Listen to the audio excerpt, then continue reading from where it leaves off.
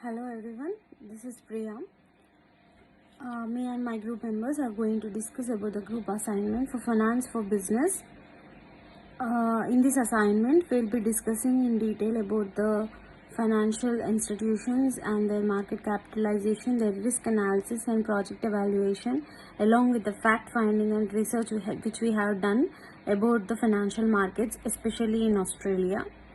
The first part of the assignment is going to be discussed by me, and the rest of the assignment, that is the risk analysis, is going to be discussed by Shruti Sheel and Govind Kumar, and the conclusion and the final fact finding and summary of the assignment is being discussed by Bhargav. Right now I'm going to discuss about the first part, which is the financial institution, their comparison in Australia. The first part of the assignment is the key discussing about the financial market and the key financial institutions. From the financial statements of a business, we need to do various financial analysis. To make a better business decisions, we need to do fact finding, research analysis, and also analyze them for investing. Comparison of 4 key financial institutions is being tabulated in this diagram.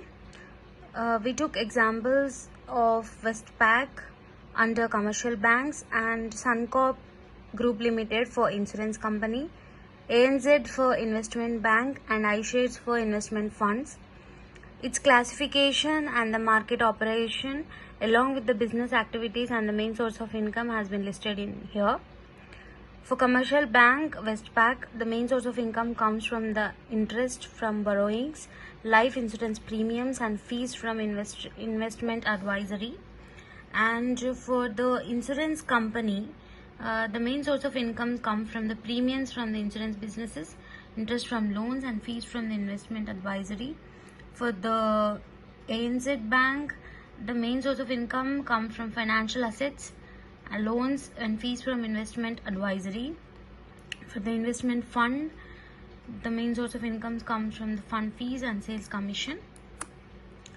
The Westpac Banking Corporation is an authorized deposit taking institution, ADI, which collects deposits and thereby provides loans to small and medium enterprises and commercial business customers, etc. Mr. John McFarlane is the WBC's chairman, and Mr. Peter Francis King is the managing director and CEO. WBC is the code for the Westpac Banking Corporation in as per the Australian Stock Exchange market. Suncorp Group Limited is an insurance company which is characterized in the group of general insurance, life insurance, superannuation and ADIs in Australia. And Ms. Christine Francis McLaughlin is the Sun's non-executive chairman, and Mr. Steve Johnson is the managing director and CEO. The Australian and New Zealand Banking Group Limited, which is ANZ, is also categorized under ADIs in Australia, and Mr. David is the ANZ chairman, and Mr. Shiny Leod is the managing director. iShares Core is an investment fund, and the primary source comes from the assets under management and commission charges for fund. Ms. Ellison is the local agent, and BlackRock Investment Management Limited is the responsible entity for this fund. The next part of the assignment will be continued by my other team members. Hello, my name is Shruti Sheel. Today I'm going to talk a few words about Australian financial market regulations, the advantages of being a listed company on Australian Stock Exchange, requirements of sufficient funds, financial reports and analysis, fair valuation of the company, employee shares and share prices, fulfillment of disclosure requirements. The next slide goes to problems that occur by being listed on Australian Stock Exchange. the major impact by media, consumption of time, determination of the management towards the company, that's the work done by the employees with determination, initiative of additional cost, acting according to corporate laws is a must. Requirements to be listed on Australian Stock Exchange. The first requirement is the number of shareholders. That's how many shareholders that a company should hold, and the free float of shares, size of a company, how big as a company is, and the profit test and asset test. The steps required for a company to be listed on Australian Stock Exchange. The first step is appointment with the advisor. The second one is the accumulation of the documents and filing. Step 3 goes to institutional marketing program commences. Lodging of the prospectus with ASIC is the fourth one. Processing of the application by the ASX, the Australian Stock Exchange, is the fifth step. And the sixth step is marketing of the shares and delivering of on after period to media. Allocation of shares is the seventh one. These are the steps required for the company to be listed on Australian Stock Exchange. The last slide, application and calculation of listing fee. What does listing fee mean? An initial payment made by a company and the pro rata annual fee together calculated based on market capitalization is known as listing fee. Whereas I took an example of Westpac Bank, which is an Australian banking corporation, as well as New Zealand banking corporation, to calculate the listing fee as well as annual pro rata fee. Thank you. Here, my friend Bhargav continues with another slides. Rest.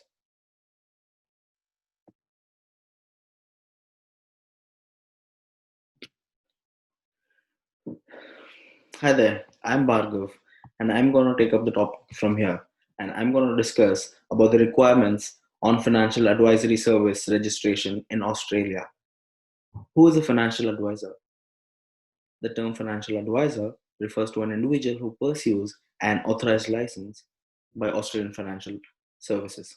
He is an authorized representative by AFS, and he is responsible for relation of financial products as well.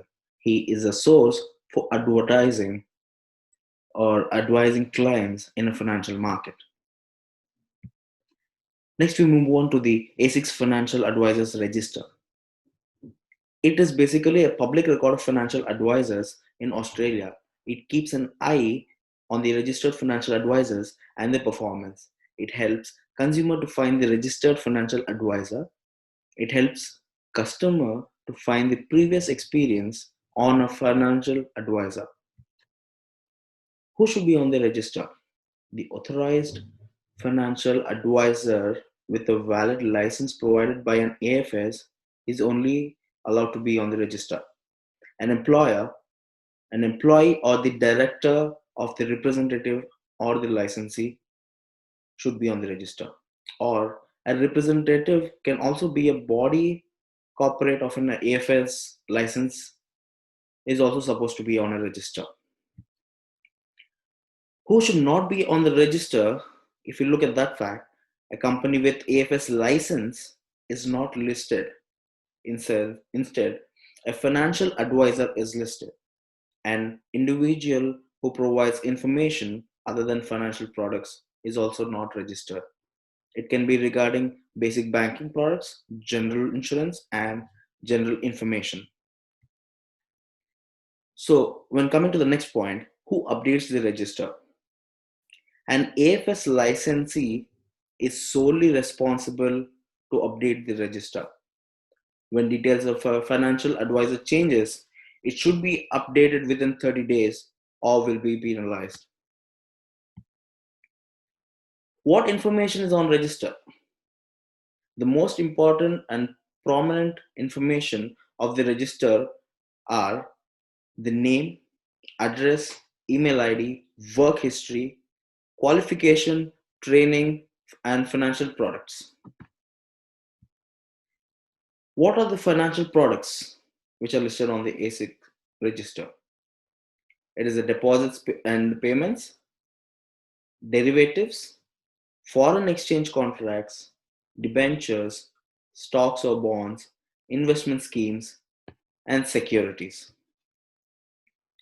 So when coming to the qualification or a professional standards of a qualified financial advisor, he should have approved qualification, he should pass FASEA exam, he should indulge himself in 40 hours of CPD program per year, he should follow the financial planner's moral and regulations, he should complete a full-time professional year with 100 hours of structured training.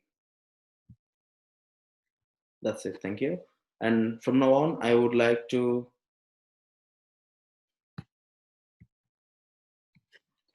my friend Govind would be proceeding on to the next slides. Thank you. Hello everyone, my name is Govin. Today we will discuss about the risk analysis and project evaluation. In this topic, we will discuss about the case first, case two, and changes in variable valuation in variable cost per unit area and very different dollars. So from the above discussion on research and fact finding on the Australian financial market and the fact finding that market financial market revolution, in which we discuss about the comparison of 4 key financial institutions and fact finding of listing on asks. So now we'll discuss about the various cost influencing in this. So project evaluation in this, we will show that the selling prices per unit time in this show that the in first unit is case first is $22 and case second is $19.80. On the other hand, if we talk about the variable cost per unit, it shows is $11 in case first and then $12.10 in second case. So overall, both of these changes in these value drivers, both of are $10. So in this on the other hand, if we talk about the cash flow and fees factors, you can see that there are many fees factors and cash flows are representing in this value of the cash flows. So it becomes seen that there are many value are included in this low. So you can also see that the many calculation are included. That how can we assume that the x prices and how we can put all the values x dividing multiply sum and all of them. This case can show by our old calculation and x is equal to 13.171. So on the other hand, if we talk about the sensitive formula, it shows that the sensitive is equal to change in selling prices upon base selling prices into 100. So as per the discussion about the position of the foreign investment are daily included. So a negative 37.68% is changes in selling prices will affect also the NPV and the most of the NPV will become zero.